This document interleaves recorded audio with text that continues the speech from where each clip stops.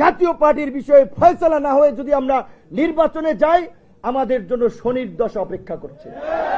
কারণ এই জাতীয় পার্টির মাধ্যমে আওয়ামী লীগ ব্যাক করবে। কিছুদিন আগেই জিএম কাদেরের যে বক্তব্য, তিনি কিভাবে ঔদ্ধত্য দেখাতে পারেন এবং বলতে পারেন আওয়ামী লীগ ছাড়া নাকি কোনো এই দেশে নির্বাচন হবে না। এই কথা বলার পরে জিএম কাদের কিভাবে এই ঢাকায় আপনার রাজপথে তার অফিসে আসে, তার উত্তরার বাড়িতে অবস্থান করে। যে আওয়ামী লীগ গণহত্যা চালিয়েছে, এই শহীদ পরিবারগুলো এখানে বসে আছে, এখনো বিচার চলছে গণহত্যার, মানবতা বিরোধী অপরাধের। সেই অপরাধের দায়ে আওয়ামী লীগকে নিষিদ্ধ করা হয়েছে, সংগঠন হিসেবে তার বিচার হচ্ছে।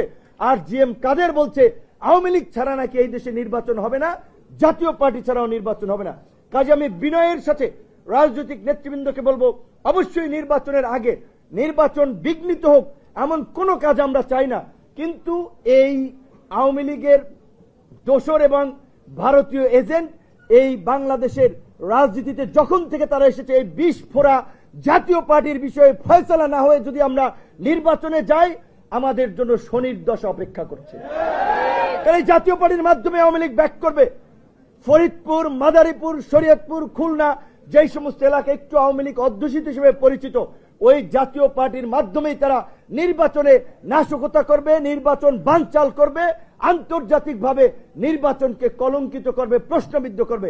কাজী জাতীয় পার্টির বিষয়ে নির্বাচনের আগে আমাদের একটা ফয়সালায় যাওয়া দরকার। সেটা আমি একা বললে হবে না, আক্তার একা বললে হবে না, বিএনপি বললে হবে না, সবাই মিলে আমাদেরকে সিদ্ধান্তটা নিতে হবে।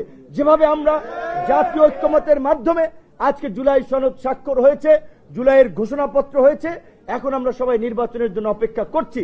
এবং আমি আজকে জাতীয় নেতৃবৃন্দের উপস্থিতিতে বলতে চাই, সরকারের কাছে আমরা বলতে চাই, আমরা মনে করি যেহেতু জুলাই সনদের স্বাক্ষর হয়েছে, ঘোষণাপত্র হয়েছে, নির্বাচন আর বিলম্ব নয়, ফেব্রুয়ারিতে নয় জানুয়ারিতেই নির্বাচন দিন। কারণ নির্বাচন না হলে আমাদের জন্য সংকট অপেক্ষা করছে এবং আমাদের অস্তিত্ব হুমকির মুখে পড়বে।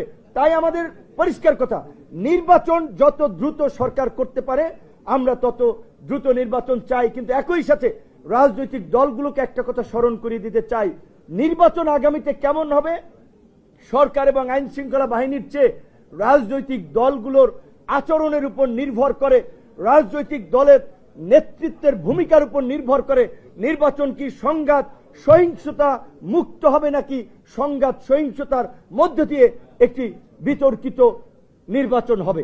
তাই সব রাজনৈতিক দলের নেতৃবৃন্দকে সহনশীল আচরণ করার এবং সকলে মিলে যেন একটা উৎসব মুখর নির্বাচনের মধ্যে দিয়ে এখন যে বাংলাদেশ একটা সন্ধিক্ষণে উপস্থিত হয়েছে, আমরা যেন একটা নতুন যাত্রার দিকে অগ্রসর হতে পারি, সেই বিষয়ে সকল রাজনৈতিক দল তার নেতা কর্মীদের দিক নির্দেশনা দিবে।